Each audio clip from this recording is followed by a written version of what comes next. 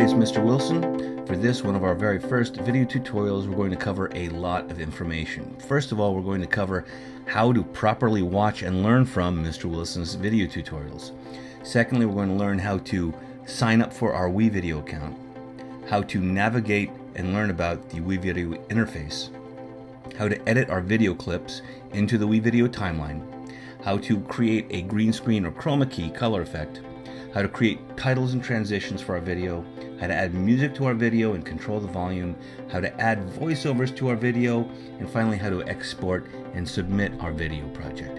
Now that is a lot of information, which is why the very first thing we're going to talk about is how to make sure we're properly watching and learning from Mr. Wilson's tutorials. I pack a lot of information into each of these tutorials. Some might say too much. So there are a couple of things I need you to do to make sure that you're completely understanding all the concepts, information, and instructions. First, you can always review or rewatch these videos. Obviously, if you forget something, simply review the video to find the information that you missed. If you're completely lost at the end of a video, you can always watch the entire video again.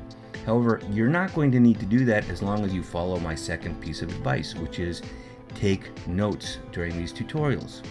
Right now would be a perfect time to do just that. Why don't you pause the tutorial and write down, review, and take notes. Did you do it? Hopefully. Taking notes is a really important skill that you need to learn for several reasons. First, you're definitely going to need those skills in other classes, in your middle school, high school career, and if you go on in university. Now, how do you get good at something? You practice. So the more you take notes, the better you get at it. When we first start, it might be hard, but once we take notes, we learn exactly what we should be writing down, how to write it down. It's a great skill to learn. Second, you can review your notes instead of reviewing the video for information. You will probably not retain and remember all of the information, but if you take good notes, you won't have to. You can just refer back to your notes. Third, simply the act of writing it down helps you retain the information better. Even if you don't refer back to the notes ever, you will retain the information more when you write it down. Think about it. If you simply listen to a concept, you're much more likely to forget it than if you hear it and then write it down. It's in your brain a little bit more. Fourth, taking notes helps to ensure that you're paying attention. When you hold yourself accountable for taking notes, you know that you're listening carefully and your mind is much less likely to start to wander.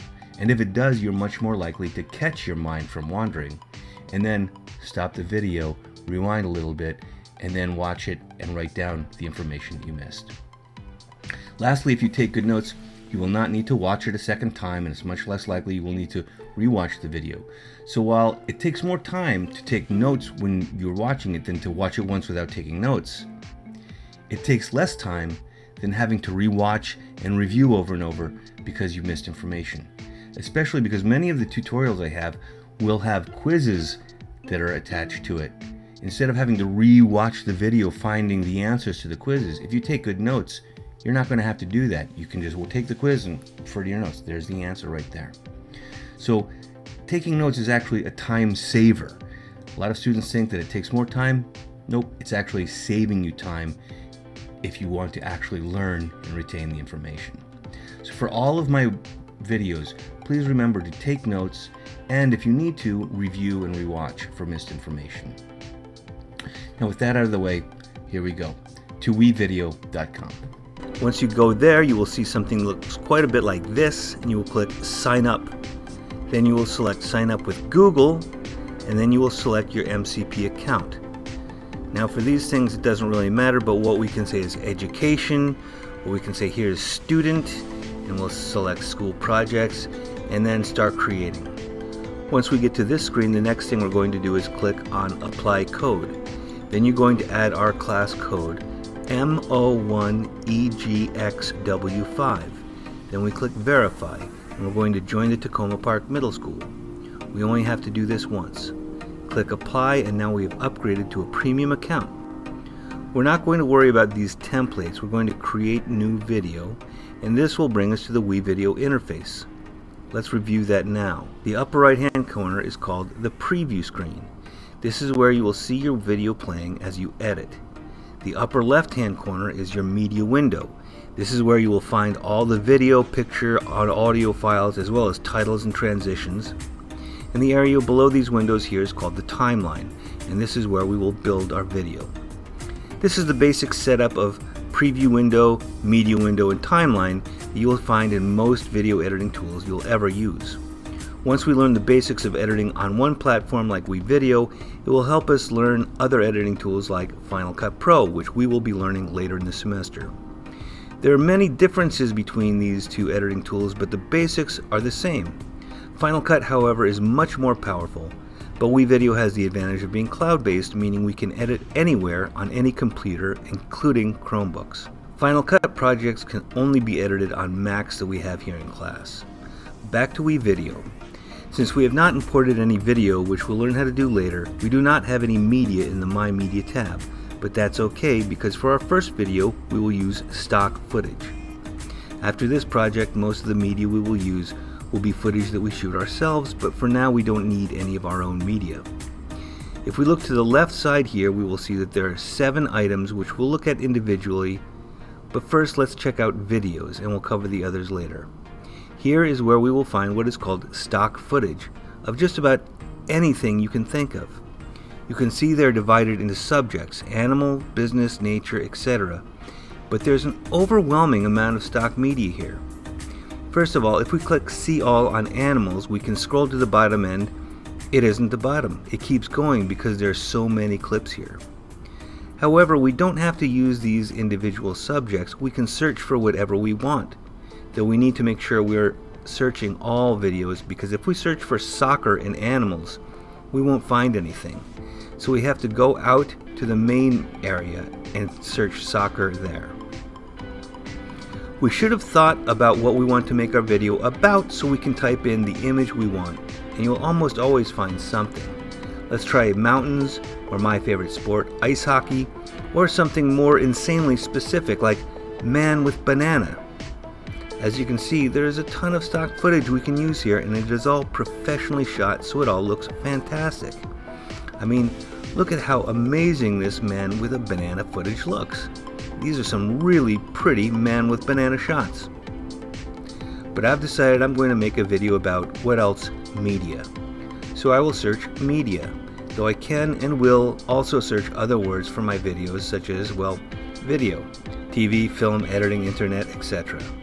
So you may want to search for more than just one word as well. After reviewing many of these shots, I'm going to choose this clip as my first image.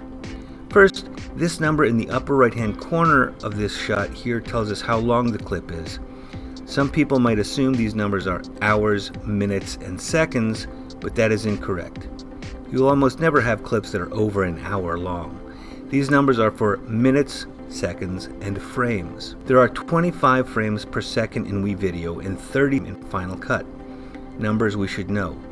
Editing is an exact science, so when we make an edit, sometimes one frame will be the difference between a good cut and a bad cut, between good continuity and bad continuity.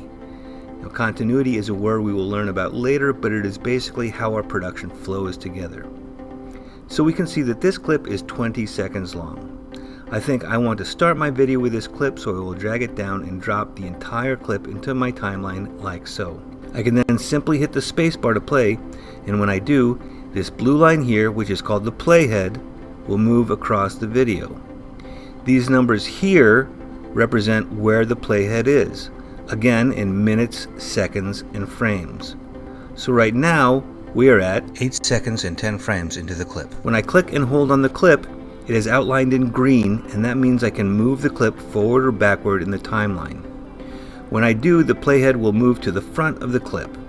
So I will now click, hold, and drag it to the right and place it at 5 seconds into my timeline. I don't have to do this now, but it will save me from having to move a whole bunch of clips together later. Now I need to either trim or split the clip, because for this video, my first 4 clips will not be any longer than 3 seconds.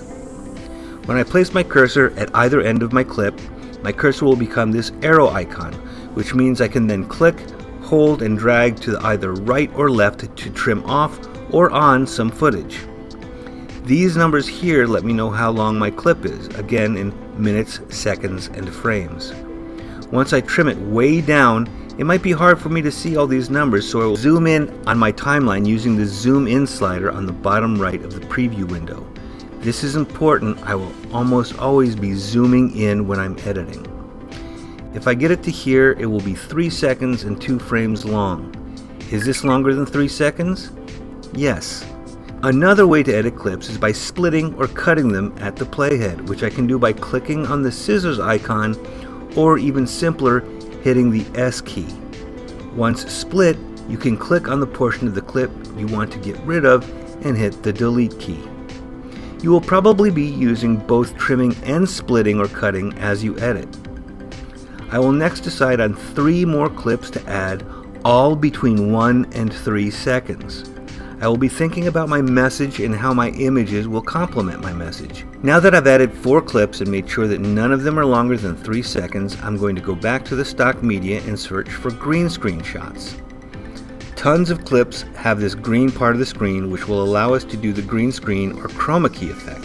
I want you to use a clip that has a green screen inside the clip like this, and not a clip that has an entire green background like this one. I'm just going to choose this right here and click and add it to my timeline. Then I'm going to make it no longer than 7 seconds, but no less than 3 seconds. I need to make sure there is an additional track underneath my green screen shot for this effect, so I'll need to go over here and click on this plus sign. This is how we add tracks.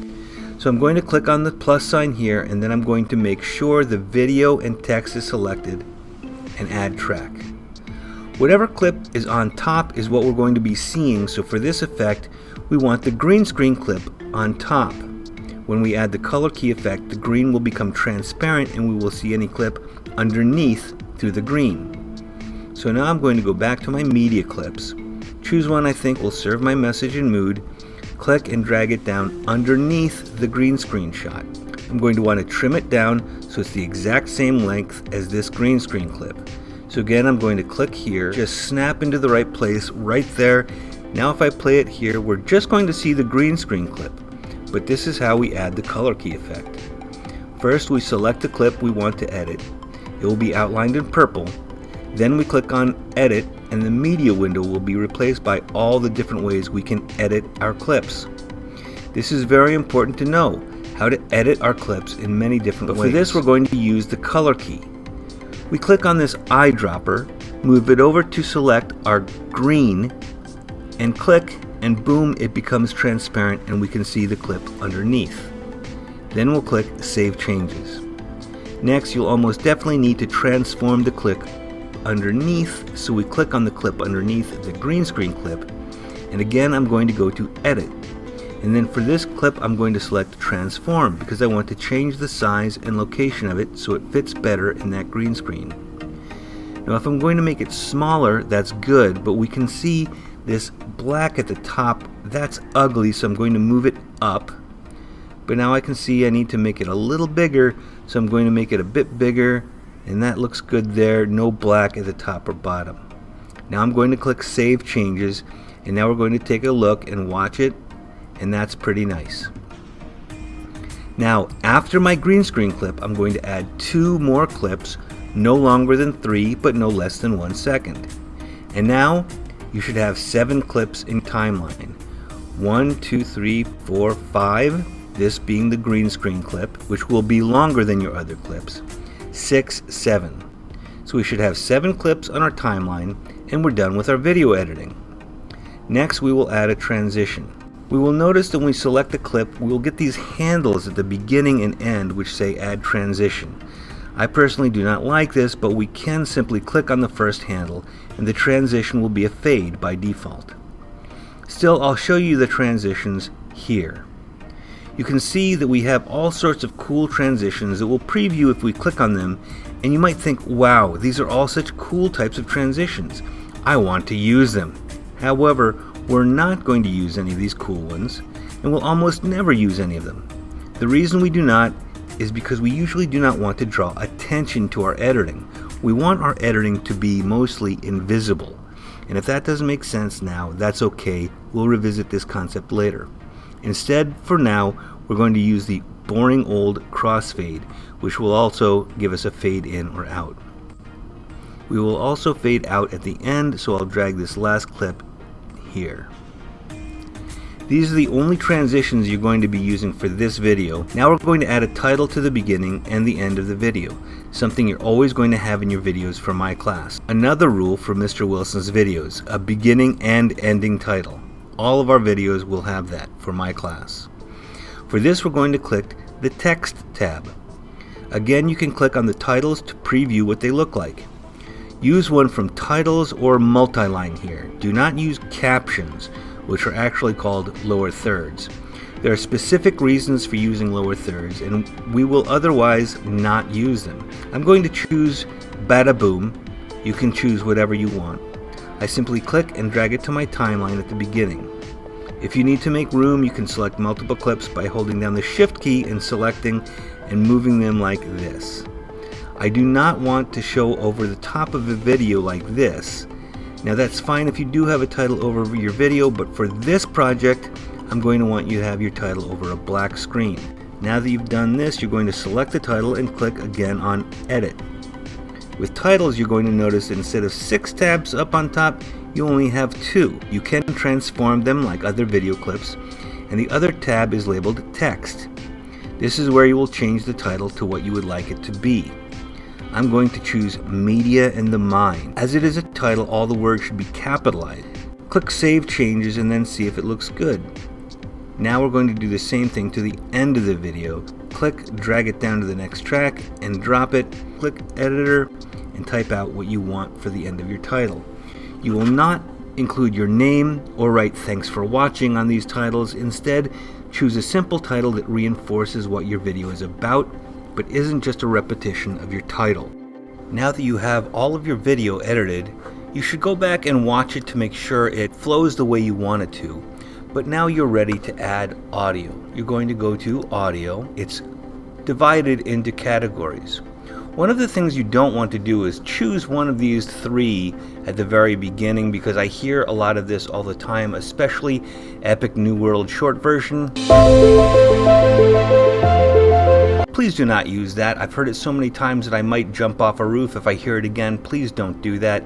So use something else. If you want to use something inspiring, don't pick these. Click See All, and you're going to have a whole lot of inspiring sounding music. So don't just go to the first 3. Also, you're going to want to listen to a few of them to make sure your mood is exactly what you want. I'm going to go down to Serious, and I'm going to See All. Another thing you can do is if you want to type a type of music, you can do that too. So if you want funny, so I'm going to go to Serious, and I've listened to a bunch of these. Tried Still Holding On. I put that down and I listened to it to see what it sounds like with my, I'll put that down and listen to it. I've already done that with a bunch, so you can look and listen to see which ones you like. I'm going to pick this one because I've listened to it. It really sounds nice. Now in WeVideo, the automatic level is almost always too loud. So what I'm going to do is I'm going to go to Audio and Opacity and click Show Audio Level. 100% volume is almost always too loud, so I'm going to turn it down to, let's say, 50% or around there. I'm also going to need to go to the end, and remember, we should know S is the shortcut for splitting our clip. I'm going to delete the rest. I'm going to click on this. I'm going to put it down to about 50% volume for now. Now I'm going to check that out.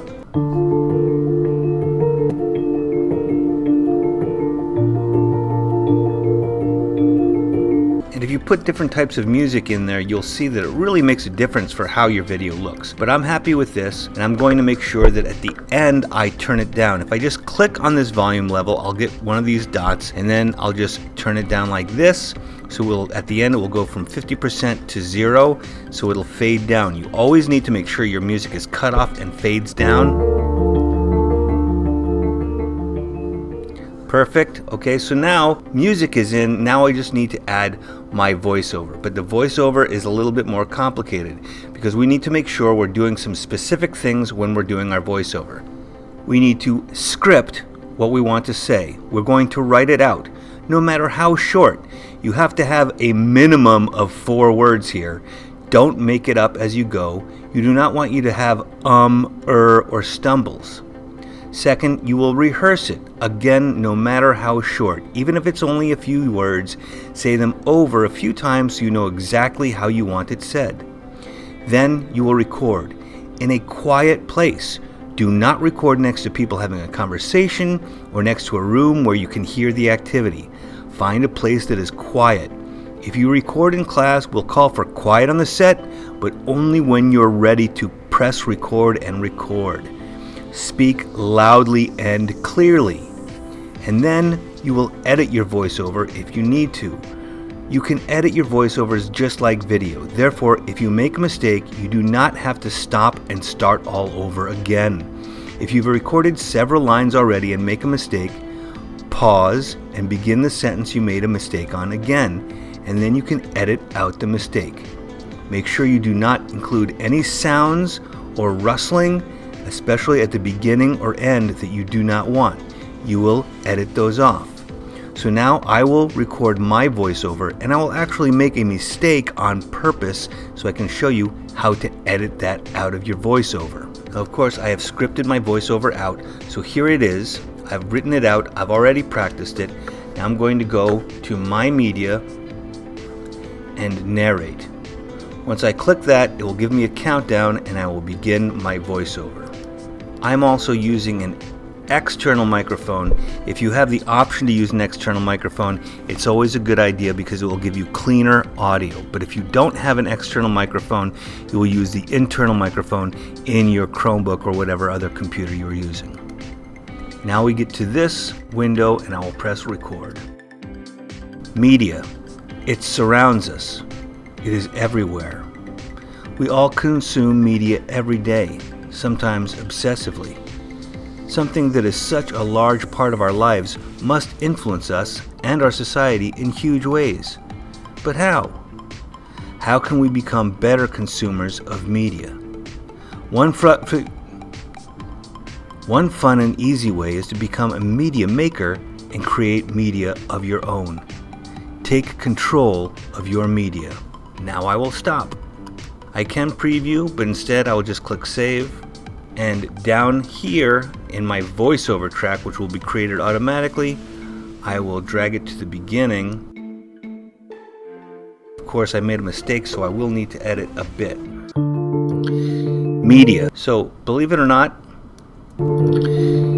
I have that intake of breath. I don't want that there, and I'm going to edit that out. These notches indicate, they're called waveforms, that indicates where the noise is. That little dot is me breathing, and I'm going to edit that out.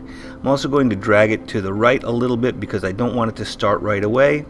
And I'm also going to go up here and I'm going to turn down my music a little bit when my voiceover starts. Let's say to 30% or thereabouts. I'm going to do the same thing over here.